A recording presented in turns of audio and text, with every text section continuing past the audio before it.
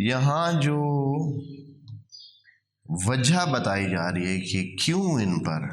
یہ ذلت اور مسکنت پکی پکی تھوپ دی گئی ہے، اور یہ اب ہم ان کے ساتھ رہے گی، یہ ذلت اور مسکنت تھوپ دی گئی ہے۔ تھوپ دی کا مطلب یہ ہے کہ یہ اب ان کے ساتھ رہے گی۔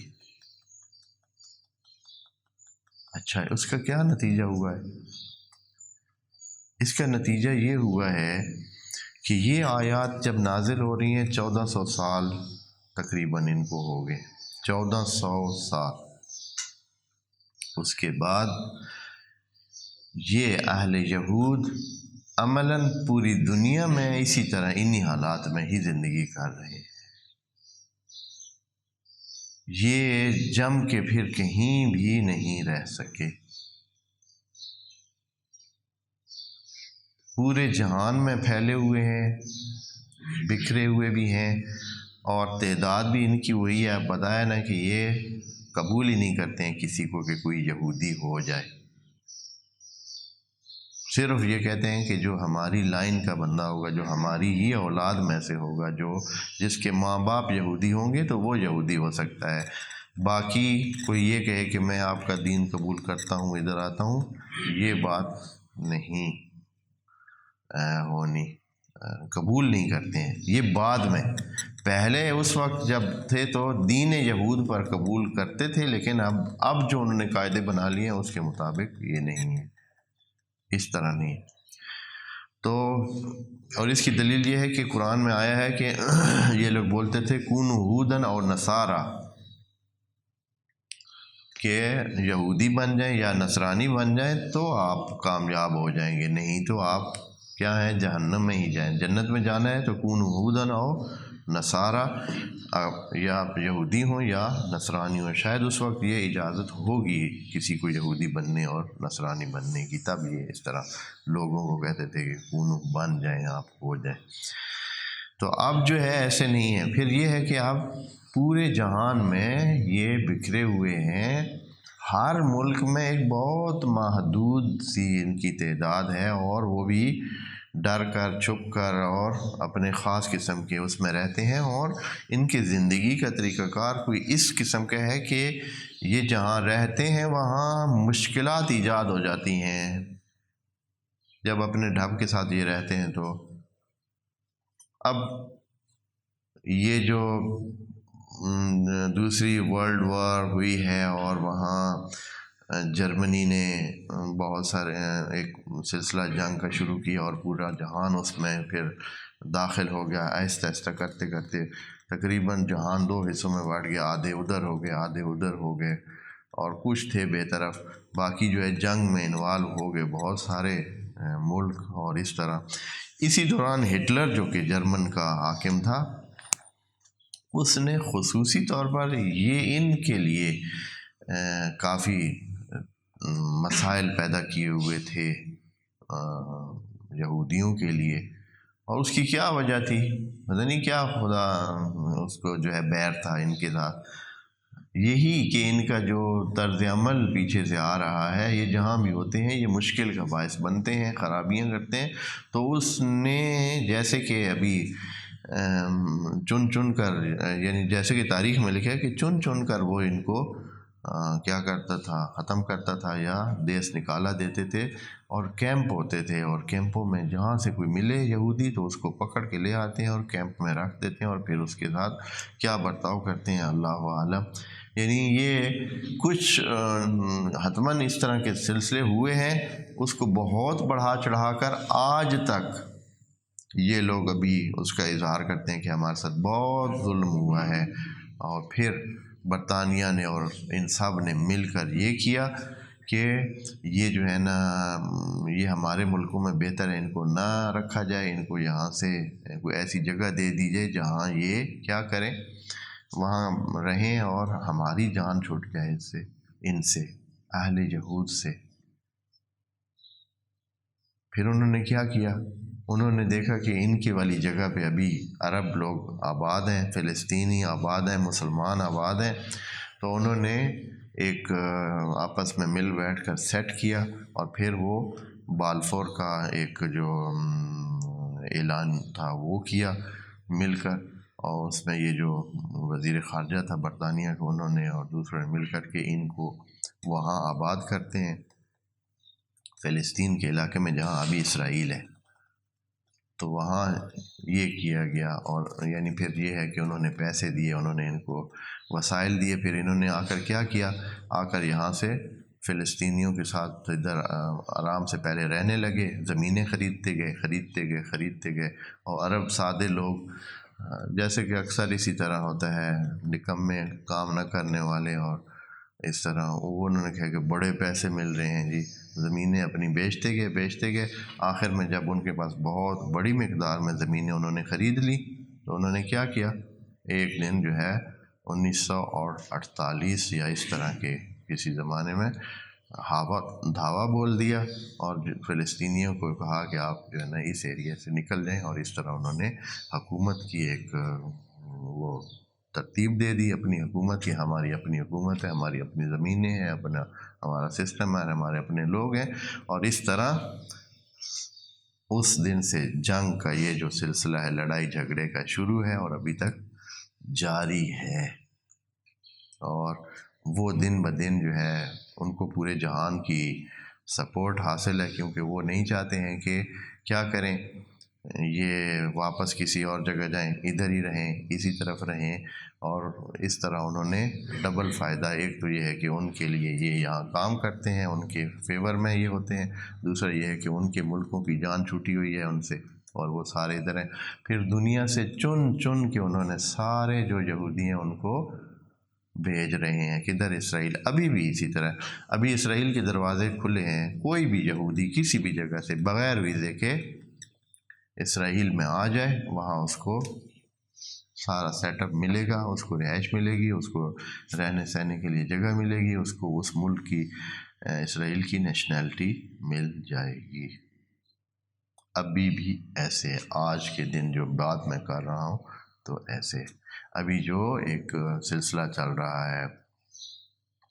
روس اور یوکرین کی جنگ کا، تو یوکرین سے جو بھی باقی سارے اپنے اپنے گھروں کو جدھر بھی جائیں، یہودیوں کے لیے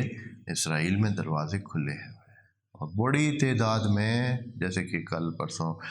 ان کے جو ٹی وی ہیں اسرائیل کے، وہ بتا رہے تھے کہ لاکھ یا اس سے بھی زیادہ لوگ جو ہے وہ ان کو انہوں نے یہاں سیٹ کیا ہے، اور پھر یہ نئے مکانات سیٹ بنا رہے ہیں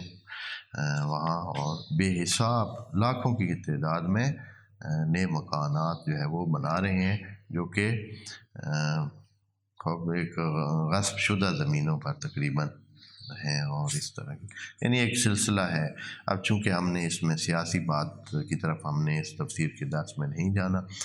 لیکن یہ ہے کہ ایک سلسلہ ہے، تو آپس میں ابھی وہ تنازع اور یہ سلسلہ چل رہا ہے، اور اس کی جو پیچھے سے داستان یعنی ہمارے ساتھ جو مربوط ہے وہ یہ ہے کہ ان کو یہ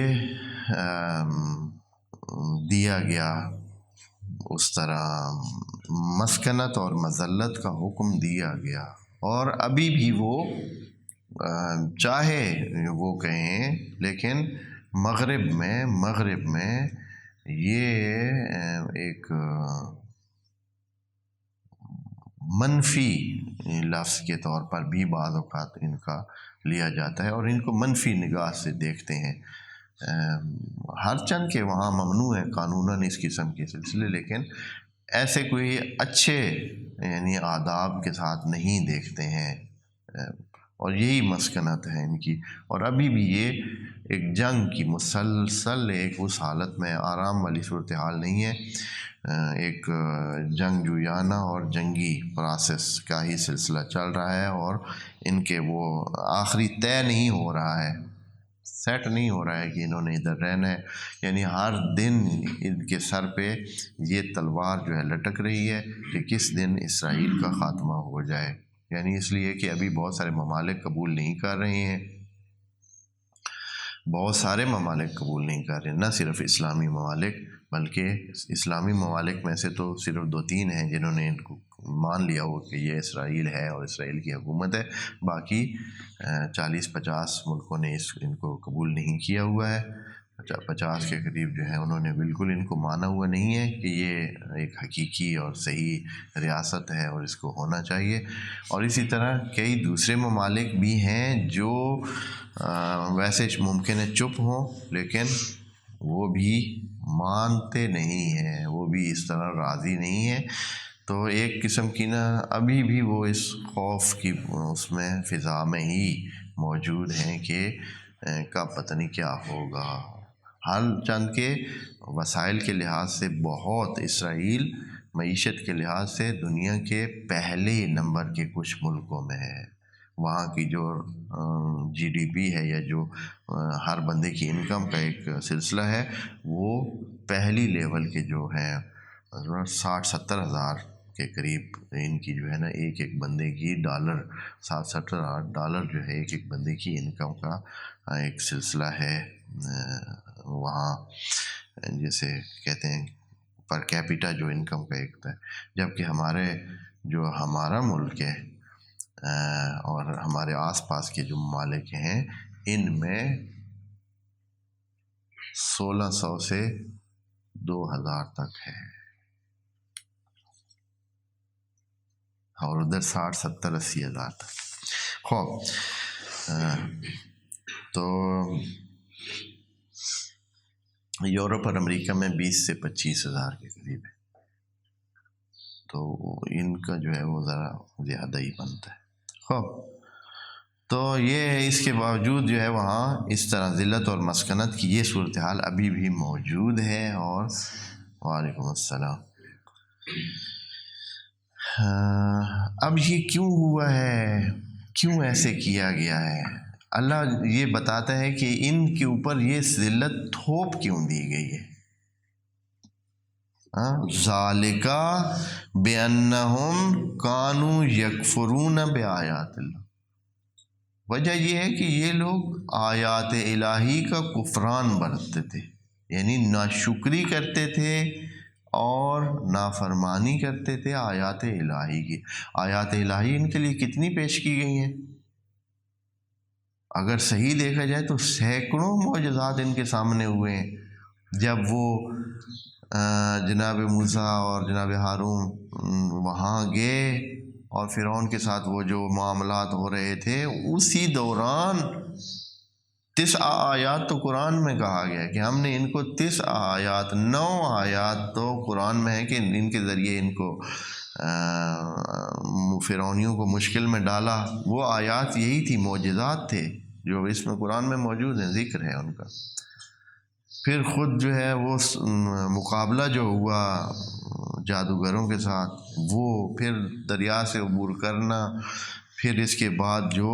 ایک بادلوں کا مسلسل سر پہ ہونا، من و سلوہ کا مل جانا، اور پتہ نہیں کیا کیا یعنی کہہ سکتے ہیں کہ سینکڑوں معجزات ان کے سامنے ہو رہے تھے. اس کے علاوہ جب اتنے بڑے بڑے معجزات ہوتے ہیں تو ساتھ چھوٹے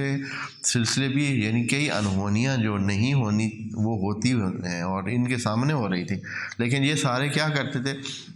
سب کو نظر انداز کرتے تھے. دوسرے دن ہی وہ کہتے تھے کہ جیسے کہ ابھی اس آخری بات میں کہ اے موسیٰ اپنے رب سے کہو. دیکھیں نا یہاں فَادْعُ لَنَا رَبَّكَ، اپنے رب سے کہو کہ ہمیں زمین سے اگنے والی چیزیں بھی ہمیں دے. یعنی ابھی بھی وہ مانے ہوئے نہیں ہیں، تم اپنے رب سے کہو. ایسے کہنا چاہتے ہیں کہ بھائی ہمارا رب تو نہیں ہے، ہم تو کیا ہیں، آپ کے سر پہ ویسے سوار ہیں، ہم جو ہے ہم مانے ہوئے نہیں ہیں، ہم ابھی بھی مانے ہوئے نہیں ہیں. تو یہ اللہ فرماتا ہے کہ یہ جو مسکنت اور مذلت ان کے لیے لکھی گئی ہے، یہ اس لیے لکھی گئی ہے